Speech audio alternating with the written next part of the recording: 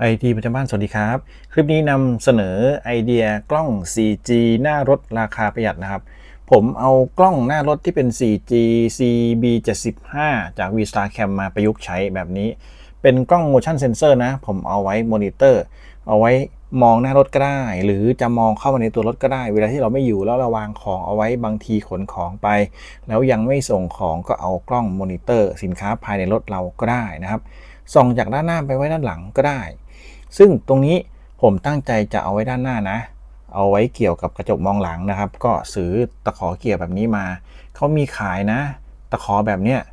ทางร้านค้าออนไลน์มีเยอะเลยมี2แบบด้วยเดี๋ยวผมจะใส่ลิงก์ไว้ให้ใต้คลิปนะตัวนี้สามารถสั่งซื้อมาได้ผมซื้อตัวนี้มาเขาเป็นเซตสำหรับกล้องเล็กแต่ผมเอามาประยุกต์ใช้นะครับแล้วก็เอามาใส่ห่วงตัวนี้ใหม่เขามีเป็นเซตเลยตัวนี้เป็นลูกตุ้มแล้วมีเดือยเป็นเกลียว1/4 นิ้วนะครับตัวนี้ก็ถือว่าใช้งานได้ดีประยุกต์ออกมาแล้วเป็นแบบนี้เลยนะครับตัวนี้เอาไว้เกี่ยวกับขากระจกมองหลังห้อยลงมาเขาก็จะห้อยลงมาตรงกลางนะครับส่วนสายไฟคุณก็เดินเก็บขอบได้หรือจะหย่อนลงตรงกลางก็ได้นะแล้วแต่ชอบเลยนะครับสามารถเก็บลงเสากระจกหน้าก็ได้นะซ้ายหรือขวาก็ได้นะครับส่วนตรงนี้ผมตั้งใจจะเอาไว้บังแดดถ้าเกิดจอดรถตากแดดบ่อยตัวนี้เป็นแผ่นอะคริลิกดำนะครับสามารถปกป้องแบตเตอรี่ในกล้องได้จริงๆเขาก็ตากแดดได้แหละเพราะว่ากล้องส่วนใหญ่เขาก็ตากแดดอยู่แล้วแต่เนื่องจากว่ากล้องตัวนี้เป็นกล้องใช้ภายในผมไม่แน่ใจว่าแบตเตอรี่เขาทนหรือเปล่าผมก็อาศัยประโยชน์แบบนี้นะครับแล้วก็เกี่ยวหันหน้าลงแบบนี้นะตัวนี้เป็นกล้องคว่ำอยู่เราก็ไปฟลิปกล้องอัพไซด์ดาวก็คือกลับหัวอีกทีหนึ่งในแอป VStarCam ก็ได้นะครับก็เป็นไอเดียตัวนี้ซื้อได้แท่งนี้นะครับแล้วก็ซื้อตัวล่างข้างในเนี้ยมาประยุกต์ใช้หรือคุณจะซื้อเป็นเซตก็แล้วแต่ว่าอย่าลืมเกลียวตรงเนี้ยเกลียวของกล้องมันไซส์1/4นะครับ1/4นะแล้วก็ตัวนี้สามารถที่จะเชื่อมต่อได้เหมือนกล้องภายใน VStarCam ปกติเลยสแกนแอดเข้า VStarCam หรือ VStarCam Ultra หรือ i4 ก็ได้นะครับ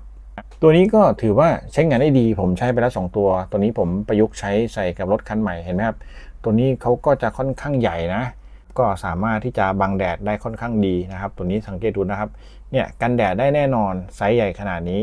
บังมิดเลยนะครับเป็นไอเดียนะสำหรับท่านใดที่กำลังมองหาก็สามารถสั่งแบบนี้มาประยุกต์ใช้ก็ได้ผมก็มีกล้อง 4G ใส่ซิมโกโมนะครับแล้วก็เป็นซิมประหยัดด้วยนะเขาก็จะกินเน็ตเฉพาะตอนที่เราเปิดแอป i4 หรือแอป VStarCam Ultra ดูวิดีโอเท่านั้นผมบันทึกลง Memory Card นะครับก็เอาไว้ส่องดูแล้วก็เอาไว้เตือนความเคลื่อนไหวถ้าเกิดมีการเปิดประตูรถมีการเคลื่อนไหวอยู่ในรถมีการยกของออกก็จะเป็นการแจ้งเตือนผ่านมือถือผ่านมายังแอปบนมือถือของเราเลยรู้ทันท่วงทีนะครับถือว่าเยี่ยมนะกล้องตัวนี้เดี๋ยวผมก็จะเอาไปติดแล้วก็ให้ดูวิวของการติดว่าสวยแค่ไหนนะครับแต่ผมก็มั่นใจแหละว่าการออกแบบนี้เนี่ยถือว่าเยี่ยมเลยนะครับแต่มันอาจจะดูเทอะทะไปหน่อยแต่ผมก็คิดว่าไม่เป็นไรนะครับหลังจากที่ติดเสร็จแล้วก็ได้เป็นแบบนี้นะครับพอแดดมาแผ่นด้านบนที่เป็นอะคริลิกทึบก็จะกันแดดได้นะครับตัวนี้ก็ถือว่าโอเคกล้องสามารถที่จะส่องเข้าข้างในก็ได้หรือส่องออกหน้ารถก็ได้นะครับแล้วก็มีสายไฟตัวนี้เป็นสายmicro USB เชื่อมต่อมาด้านล่างนะครับก็ถือว่าโอเคสามารถที่จะเปิดมอนิเตอร์ได้ผมก็จะเปิดใช้งานเฉพาะบางครั้งตอนที่จอดรถไว้ในที่เปลี่ยวเพื่อให้ส่องดูของภายในรถนะครับหรือคุณจะเปิดไว้ตลอดก็ได้นะเป็นกล้อง 4G นะครับที่เห็นก็เป็นวิดีโอที่อัดจากกล้องที่ติดไปแล้วนะครับผมเปิดเอาไว้ในรถนะครับเพื่อที่จะส่องเข้าไปในรถกรณีที่เราจอดรถไว้ที่เปลี่ยวหรือในห้างนะมอนิเตอร์ได้ว่าใครเปิดประตูหรือเปล่าหรือว่าใครเปิดประตูท้ายนะครับมีคนเดินผ่านมาข้างๆก็อาจจะเห็นนะซึ่งตรงนี้ก็ถือว่าโอเคเป็นการประยุกต์ใช้นะครับคิดว่าตัวเอง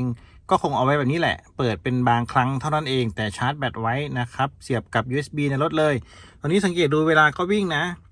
เป็นการดูสดนะครับสามารถดูย้อนหลังได้ตามปกติเพราะว่ากล้องตัวนี้เป็น VStarCam CB75 มีแบตในตัวมี Memory Card ซึ่งผมใส่ Memory Card เอาไว้แล้วนะก็จะบันทึกความเคลื่อนไหวตลอดเวลานะครับเอาไอเดียมาให้ชมเป็นทางเลือกนะครับกรณีที่คุณต้องการกล้องที่มอนิเตอร์สิ่งของภายในรถออนไลน์ออนดีมานด์ก็คือตามเวลาที่ต้องการใช้งานก็เปิดแบบนี้ทิ้งเอาไว้นะครับ